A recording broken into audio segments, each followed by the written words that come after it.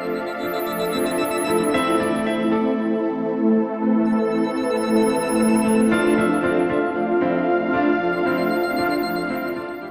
morning, ladies and gentlemen, and many thanks for the organizers for giving me this opportunity to talk on this topic. Though it is an interesting topic, but the only problem is it's a voluminous topic and it's very difficult to cover in 20 minutes. But I will try my best to concentrate more on prostheses rather than general infection and inflammation. And if I get some time, I will try to rush through the role of PET imaging. So what I will do is I will talk about the conventional techniques, advantages, limitations, coming more into SPECT-CT imaging in prostheses, advantages, limitations with some relevant examples. Coming to prostheses, usually it is done for joint disease and especially in patients with arthritis. And the incidence of prostheses is increasing over a period of time because more and more people live for a longer time and therefore they need some replacement at some stage. And the commonest type of prostheses they do is for the knee and the hip. And conventionally, if you go back to nuclear medicine literature, we always concentrate on aseptic loosening, and infection is the commonest question your orthopedic surgeon asks. So basically, 50% of the prostheses over a period of 10 years will have some sort of radiological loosening, and out of which nearly 30% will go for revision surgery. And it depends because the prostheses has changed over a period of time and newer types have come in. Therefore, it's a newer problem in terms of diagnosing them accurately. Coming into terms of infection, if it's a primary infection, usually 1% of the hip and around 2% of the knee prostheses is prone for infection. But if the patients undergo revision surgery, then it goes approximately 3 to 5% for hip and knee respectively. And the commonest organisms reported in the literature is Staphylococcus epidermis and Staph aureus is the organisms. So before going into nuclear medicine, we need to know what radiological imaging can contribute. Coming to X-ray is the first line of investigations. In fact, majority of the patients will have X-ray. And X-ray is more than sufficient in most cases because it's going to show gross prosthetic malpositions, radiolucencies and fractures. But the only problem is the positioning of the patient varies from if you're following a serial imaging, and therefore accurate diagnosis may not be easy if you do a conventional X-ray imaging. Ultrasound, if you're thinking in terms of any effusions or any fluid collections in the knee joint, it can be used. But again, if you're looking in terms of prostheses in situ, it is going to be challenging to just use ultrasound to diagnose loosening or infection. CT is very commonly used nowadays, and it is useful. The reason is it gives the extent and the size of the periprosthetic lucencies, and all the complications related to prostheses can be diagnosed accurately on your CT. And also, it gives you measurement of the acetabular cup and also the femoral component positioning, which helps the orthopedic surgeon. But the only problem is, if you're looking in terms of soft tissue changes, CT may not be a great test, and also there is an additional radiation, because you're not going to do a conventional CT, you want to do a better CT, high quality CT, and therefore patients will get an extra radiation. Next is MRI. It's more and more used because in the past we used to say that because the patient has got a metallic implant, MRI is contraindicated, but the world is changing now. They have newer algorithms and newer techniques where they can image patients even with prostheses. And it is found to give exactly the same information as a SPECT-CT in combination about the complications related to prostheses. Limitations is in your routine MRI practice, there may not be slots available to scan patients routinely for orthopedic indications unless you have a dedicated orthopedic hospital. You getting a slot for MRI will be quite challenging when compared to CT imaging. Coming to nuclear medicine techniques, well, what are the important information you need to get before you get to investigate the patients with knee prostheses is you need to know the age of the prostheses, the type of the processes and onset of the symptoms and previous investigations. But unfortunately, when you get a referral from an orthopedic surgeon, most of this information will be missing. All they will ask is, patient has got a knee pain or a hip pain, query infection, query loosening. That's all the information we get. And what do we look in terms of nuclear medicine imaging is you need to look at the vascular, either you can do a 2-phase or a 3-phase, but more and more people are moving into 2-phase scan rather than a 3-phase, and a combination of SPECT-CT when and where it is available. So in terms of overview, bone scan is conventionally used, but the only problem is bone scan will show increased uptake, increased vascularity, but the clinical question there will be how confident you are in terms of diagnosing loosening and infection. So it's often challenging. You need further investigations for a definitive diagnosis. And of course, if you see a cemented device, if you see a focal uptake at the tip of the femoral component for more than 1 year, then you can raise a possibility of loosening of that component. But as soon as the type of processes changes to a porous coated one, most of the patients will be asymptomatic. Still, you will see a focal uptake at the tip, but that is a normal finding. So therefore, unless you get accurate information from your orthopedic surgeon telling you what type of processes, you will always, most of the times, 50% of the times in conventional nuclear medicine techniques, we are often wrong because we always overcall or undercall loosening or infection in majority of the cases. Uptake patterns varies depending on, you can't have a definitive uptake pattern, and in the literature it says if there is no vascularity, no uptake, it's normal, and if you have diffuse uptake, then it's more in keeping with infection, with a soft tissue component, and loosening is your early blood pool images will be normal, you will see only altered metabolic activity in the delayed images, then you are more in focal in terms of loosening. Then bone scan is not sufficient. If you go to the US literature, people use gallium-67 as one of the investigations, although in the UK we don't use that. But what they do is they do a bone scan and also do simultaneous gallium scan. So what if the gallium scan shows no uptake, then infection is excluded. And if the bone scan shows increased uptake, the gallium scan shows increased uptake, but the uptake of the gallium is slightly more than the bone scan, then there is a probability goes more in favor of infection rather than just reactive changes. But the only problem is if both your bone scan and your gallium scan is both positive, then you again have a problem in making a definitive diagnosis. And bone scan is sensitive, but it's not specific, and therefore you need an additional investigation. You use a white cell scan, whether labeled with indium or technetium, and you image them. So if it is increased uptake, you can call it as infection, and if it is negative, there will be no uptake. But the only problem is white cell scan usually goes to the infection site as well as to the bone marrow, and therefore you need an additional test to confirm whether it is infection or inflammatory. So you do colloid scan. If the white cell scan is positive and your colloid scan is positive, then it's unlikely to be infection. When your white cell scan shows uptake and a colloid scan shows more uptake, then again it's going to be challenging. So you need to have, as you can see, your marrow scan is negative, but the white cell scan shows increased uptake. That is more in favor of infection rather than any other thing. Coming to negative for infection is when you have a distribution like this, increased uptake on a white cell scan, increased uptake in a marrow, especially when the marrow uptake is slightly greater, then it more goes in favor of marrow reaction, which is most likely inflammatory or altered marrow response. Well, what is the gold standard today is whatever the techniques you used, combination of a white cell scan with marrow scan will approximately diagnose about 90% of the cases, whether it is infection or not. Then what are the advantages? Bone scan, as you can see, widely available, but the problem is it's highly sensitive. It's got a high negative predictive value. The good thing is if it is negative, it's negative. That's the good thing with a bone scan. But once it's positive, bone scan is not useful to either confirm or exclude infection.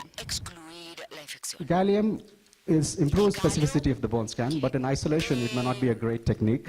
And overall accuracy is around 70 to 80%. But again, the problem is it's not well suited if you're looking at asymptomatic, aseptically loosening versus infection processes. Gallium scan again will have some problems. White cell scan, it's useful, but the only problem is inability to distinguish infection from the normal marrow, so you need an additional investigation. So imagine if a patient coming for infection and inflammation, you're doing 3 tests. Even in spite of 3 tests, the histology may not be in your favor. So most of the times with current investigations, all you're doing is tossing a coin, 50%, 50%. In fact, even when we wrote the A&M guidelines, the question was, if you're investigating a patient with any knee infection, there is no need for any imaging, whether it's radiological or nuclear medicine. All you have to do is put a needle, you'll get a diagnosis. You don't have to do any imaging to see whether it's infection or not. Coming to why we need hybrid imaging. The question is, if we are conventional nuclear medicine people, we always think only in terms of infection and loosening. But there are certain factors which is beyond infection and loosening. In fact, you can make some 10 to 15 diagnoses if you use SPECT-CT, which is what the orthopedic surgeon is looking for, because he's not interested in your uptake unless he sees the images, which is more believing. Coming to hip replacements, you often do this for arthritis, fracture of neck of femur, avascular necrosis, inflammatory arthropathy. But in spite of doing a good hip arthroplasty, pain is still persistent in about 40% of the patients. It's more so in patients with knee replacements. And post-often complications develop. So what are the complications? It's not just infection and inflammation. Patient can have aseptic loosening, subluxation, fracture, pseudotumors, infection, polyethylene, and pain. So all these things is what an orthopedician thinks of, because that's what SPECT-CT can give in terms of your diagnosis. Types, again, conventionally in the 70s and 80s when there was literature, there must have been 1 or 2 types of prostheses, but now you have different types with metal alloy or a ceramic material, a polyethylene or ceramic or metal, but all these has problems because of all these polyethylene will also induce inflammatory response, and therefore that persists for a very long time, and it induces particles. That again causes local inflammation, synovial changes. So making a definitive diagnosis is going to be very challenging. Basic things you need to know is types of prostheses, whether it is cemented or uncemented. That's what we know about it. Next comes is your orthopedician should give the information whether the prosthesis had metaphyseal locking or distal locking, because that information, if it doesn't give, you're going to call all the uptake as infection or loosening or infection, but that doesn't mean anything to your orthopedic surgeon. So what do you mean by distal locking? Usually the prosthesis is divided into 7 segments, and in the acetabulum they divided into 3 segments. So unless if the orthopedician tells you this is how we fixed it and this is how the prosthesis is fixed, you cannot differentiate physiological uptake from pathological uptake. Unless you have that information, you are always going to make it like tossing a coin. 50% diagnosis may be right, 50% of the times you will always be wrong because you don't know what type of prosthesis was put in for the patient. What is the criteria? This is straightforward. If it's normal, there is no increased vascularity, no blood flow, no uptake, no lucency, then it's a normal scan. Physiological uptake is, you will see some increased uptake surrounding bone zone 1 and zone 3, which is normal. And on the CT, if you don't have lucency, then it's just physiological remodeling. So you cannot call that as loosening or infection. So what is the classical pattern for loosening is, you'll have increased vascularity or sometimes normal, increased blood pool activity. You can have increased uptake around the prostheses or in zone 2, zone 3, or increased uptake in zone 1 and 2 with additional more than 2 millimeter loosening on the CT. Unless you see more than 2 millimeter loosening on the CTC, you are not going to call that as loosening, because most of the times you will see loosening. If it's less than 2 millimeter, it's unlikely to cause a prosthetic loosening. Criteria for femoral component, it's the same. Normal will be normal, there will be no uptake, nothing on the CT, therefore only the patient will have some altered biomechanics, and therefore patient will have some physiotherapy or conservative management. But if it is loosening, you will see increased uptake in the entire prosthesis, multifocal uptake in at least one region, associated with lucency on the CT. You need to see lucency on the CT of at least more than 2 millimeters, then you can definitely diagnose it as loosening. But that's not easy. What are the complications? This is what SPECT-CT will add. If you use your conventional nuclear medicine, you will stop at infection or loosening, or you will say it is an indeterminate study. Complications, loosening is quite straightforward. You will see irregular prosthetic lucencies. As you can see, that's all are lucencies with associated focal increased uptake, and also there'll be some amount of migration of the prosthesis. That is what you will see on your SPECT-CT scan. Infection is again straightforward. You will see increased blood flow activity or vascularity, increased metabolic activity. In addition, on the CT component, you'll be seeing cortical thickening with periosteal reaction. So if you see all these findings, then you are more affirmative. In fact, in our department where I worked previously at Guy's and St. Thomas's, by introducing SPECT-CT in imaging processes, in fact, nearly about 50 to 60% of the time, we avoided white cell imaging. Because most of the times, you know, the pattern is due to some biomechanical alteration rather than infection. Because it's unlikely in 2017, the whole of antibiotics and infection regimes have changed. You can't still, it's very unlikely with such aseptic measures they take in the theater, very unlikely the patient is going to have infection, full-blown infection, at least in a developed country. Metal-induced, these are the things you will miss if you're doing just a conventional nuclear medicine scan. As you can see, there is a mass. This is because of metal-on-metal processes which will induce some particles, and the particles, because of reactive changes, will cause a cystic lesion. Usually it will be negative on your bone scan, but it will show a mass which is like a pseudotumor for metallosis from on the CT component. So that is a metal-induced reaction. That's what you will pick up, and that could be the cause of pain in this patient rather than loosening or infection. Another example is periprosthetic fractures. If you do just a two-phase bone scan, all you are seeing is increased vascularity and increased uptake. But you will not know what is happening in terms of into the patient. Here you can see there is a linear uptake. This is definitely a fracture. So therefore you can say the cause of the pain in this patient is fracture, which is not loosening or infection. Because if you do conventional nuclear medicine, you cannot go beyond infection and loosening. You will not give an alternative diagnosis. But as soon as they do a CT or an X-ray, your diagnosis falls. Therefore, the trust from the orthopedician fails. He thinks, okay, they always say it's loosening or infection. But again, even if you say loosening, the patient is taken to the theater. The orthopedician opens and shakes it. It's not loosening. So because it's not loosening, it doesn't have to come out. He has to do a surgery. Whether your report is right or wrong, if he thinks it's loosening, if he's going to replace, invariably he's opened it, he has to put a new one. So, all those informations we don't get because we don't discuss with the orthopedic surgeon. So unless we have a good connection, it's going to be a difficult task. Next is heterotopic ossification. It's very common. In fact, it starts to come even after 6 weeks after surgery. You get some sort of soft tissue changes, and the role of bone scan here to see whether it's a mature or an immature heterotopic ossification. Because if it is a mature one, and that's the thing where the surgeons will go and take it out, but if it's immature, which will be hot on all the 3 phases of your bone scan, then you have to wait and watch. And in this case, the cause of pain will be heterotopic ossification. It is not loosening or infections. Unless you know the alternative diagnosis, you will be still practicing nuclear medicine of 80s and 90s. And also, because eccentric position, forget about this, there's a polyethylene. Ideally, this has to be the position usually within the head of the femur and the acetabular component. They use a polyethylene liner. So due to constant wear and tear, the size may reduce and it will start impinging on the surrounding structures. And also there'll be asymmetry in the femoral head and will start to move around this area. So that will be one of the cause. In this case, the cause of the patient's pain will be polyethylene wear, which is causing malpositioning of the prostheses, and that is one of the causes of the pain in this patient. One of the most important thing is you need to image patient and take an history. Most of the patients will complain of groin pain. So the groin pain is basically due to surgery, and they will have some sort of enthesiopathies, which could be a bursitis, or it could be because of a prominent head of the femur.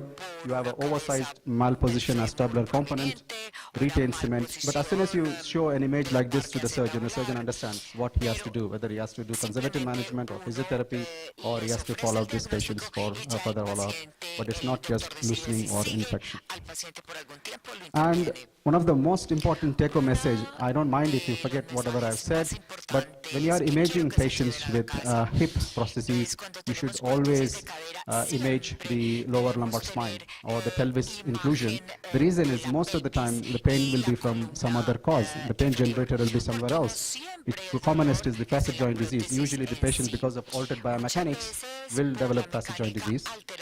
Again, altered overloading or biomechanical loading, they'll get sacroiliac degeneration or spondylolisthesis. All these additional findings will come. The cause of the pain in these patients will not be hip prosthesis, but all these accessory findings which you detect only when you image that area of the patient. Coming to total knee replacement, in fact, you have various types, whether you want to do a unicondylar or you want to do a total knee replacement.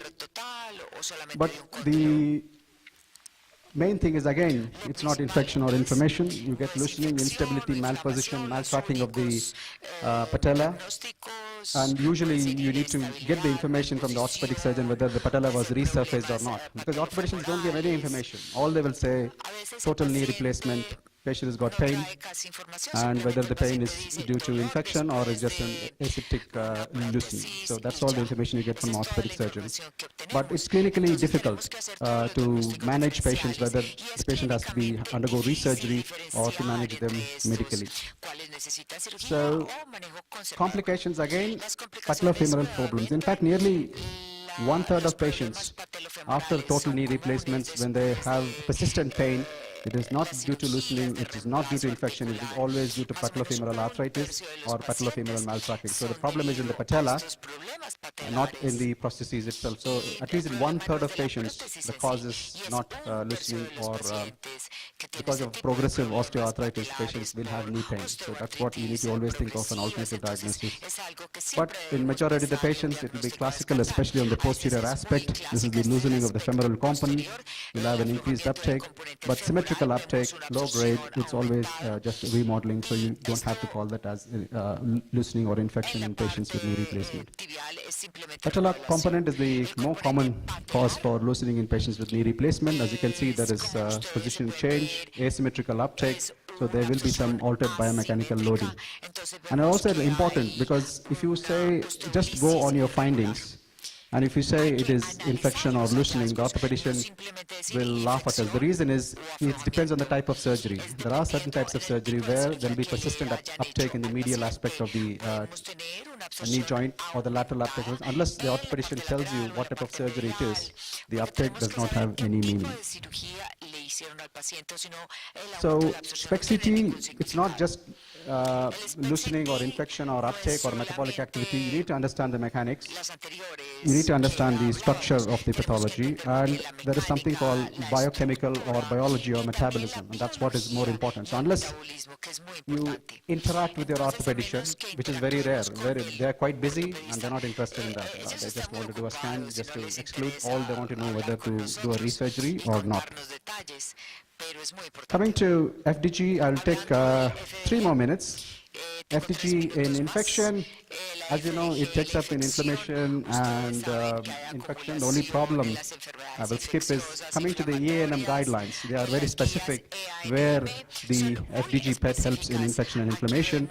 As of them, they say it's useful in sarcoid, peripheral bone osteomyelitis, not in diabetic foot. They say it is useful in spondylodiscitis, fever of unknown origin, vasculitis. Even though we use, these are the indications for imaging, there is no sufficient evidence to use all these things. So basically in osteomyelitis is again peripheral bone. As soon as patients undergoes post-operative, or in diabetic foot, the role of PET-CT becomes a little bit problematic. But it is useful in suspected spinal infection. But again, after surgery, you are in trouble. So whatever you do, you're not going to give a definitive diagnosis. Overview is, it's nice. If it is infection, intense uptake on FDG. White cell scan shows hot uptake, and marrow is more or less than compared to these two spaces, and therefore it's more likely infection. In inflammation, as you can see, there is diffuse increased uptake, more so on the PET, which will always be false positive because it's more likely inflammatory. But if you see on the white cell and marrow, white cell scan is relatively normal because it goes to infection sites, not to inflammatory sites. So if you want to classify them based on PET classification, if you want to use PET scan to assess prostheses, this is the image which is there from, I just redid all these images, but if you go to this paper, they say all these patterns of uptake on your conventional PET scan is normal. That has nothing to do with loosening or infection. But if you have a pattern like this on your PET scan, that's loosening. And if you have a pattern exactly like this, and if you have a component of soft tissue inflammatory changes, then it's more in favor of infection. So if you're just using your PET scan to diagnose orthopedic indications, this is the pattern you need to understand, not to overcall any pathological changes on your prosthesis. So finally, I've discussed all about this, but advantages is it's sensitive, but the problem is inability to separate infection from inflammation. PET-CT will have a major problem. So coming to summary, whatever your endpoints are, if you want to make a definitive, it's multiple. You can't make a definitive algorithm. It varies from the equipment you have, the expertise you have, the facilities you have in a department. So the diagnosis does not depend on what excellent tracer you have. It depends on the availability and the money you want to invest and how much feedback you get from your orthopedic surgeon. That's the most important thing. Unless you get a feedback, you will practice a lot of things, because one of my teachers used to say, what is the definition of experience? Experience is making same mistakes with greater confidence, because we keep doing it, people don't challenge us, and we think what we're doing is right. And therefore, after 20 years, somebody challenges us. So basically, it's understanding the advantages and limitations. You can't just use it randomly. Because we have a tracer, we'll do FTG, or because we have a lupus scan or a white cell scan, we'll use it. You have to have a definite patient selection. And you need to understand the limitations of a study. So you need to be brave enough to tell your orthopedic surgeon, this test may not help you, rather than trying to do the test because he asked for it. So nuclear medicine is useful, but SPECT-CT is very useful in assessment of prostheses. Prostheses means it's not infection and inflammation or loosening. It is something more beyond infection, loosening, and other complications. So I would like to thank my teachers, and thank you very much.